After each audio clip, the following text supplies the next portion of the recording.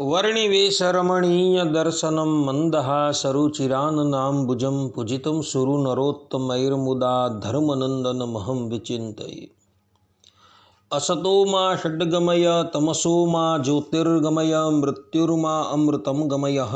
ओम शान्तिः शान्तिः शान्तिः।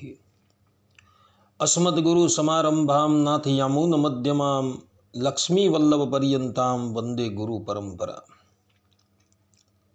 આજની જ્ઞાન સભાની અંદર પધારનારા બધા જ ભગવદ્ ભક્તોને વેદાંતાચાર્ય, પુરાણ ઇતિહાસાચાર્ય અને ફિલોસોફી શાસ્ત્રી રાકેશભાઈના હેતપૂર્વક જય સ્વામિનારાયણ।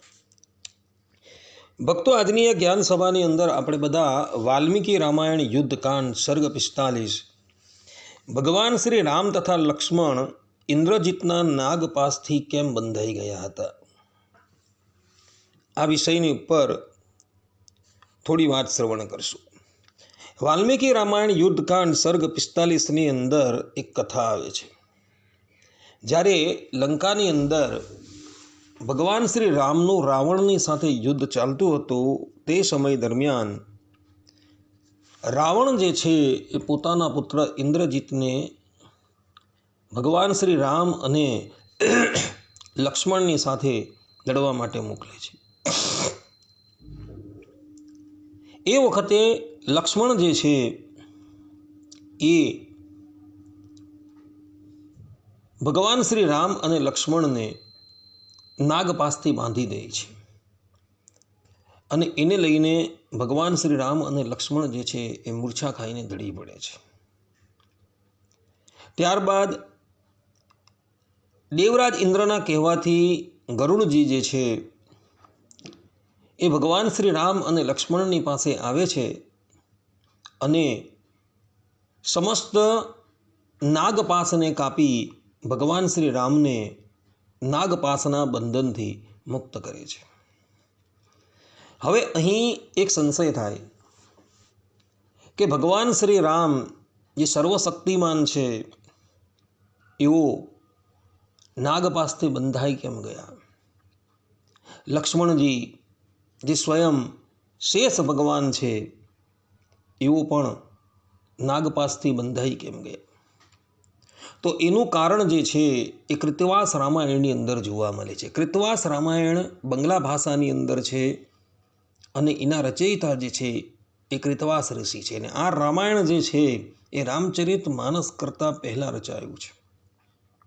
તો એની અંદર કૃતવાસ ઋષિ લંકાકાંડની અંદર એક કથા કહે છે કે ભગવાન શ્રી રામે જ્યારે વાનરરાજ બાલીનો વધ કર્યો ત્યારે તારા જે છે એ અત્યંત દુઃખી થઈ જાય છે અને ભગવાન શ્રી રામને શાપ આપી દે છે કે એક સમય એવો આવશે કે તમે પોતાને ભૂલી જશો અને એ શાપને ચરિતાર્થ કરવાને અર્થે ભગવાન શ્રી રામ જે છે એ ઇન્દ્રજીતના નાગપાસથી બંધાઈ જાય છે અને પોતે સર્વજ્ઞ હોવા છતાં પોતે જાણે અજ્ઞ હોય એ રીતના વર્તતા હોય છે।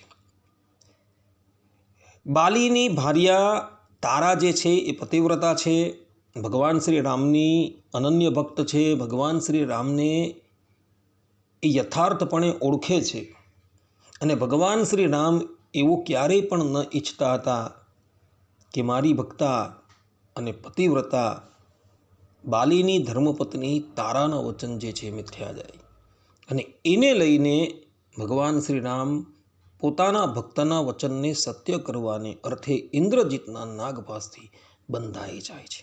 એનું કારણ આ છે। આ વાત જે છે કૃતવાસ રામાયણના લંકાકાંડની અંદર લખેલી છે અને એટલે માટે ભગવાન શ્રી રામ ઇન્દ્રજીતના નાગપાસથી બંધાઈ જાય છે, એનું કારણ આ જોવા મળે છે।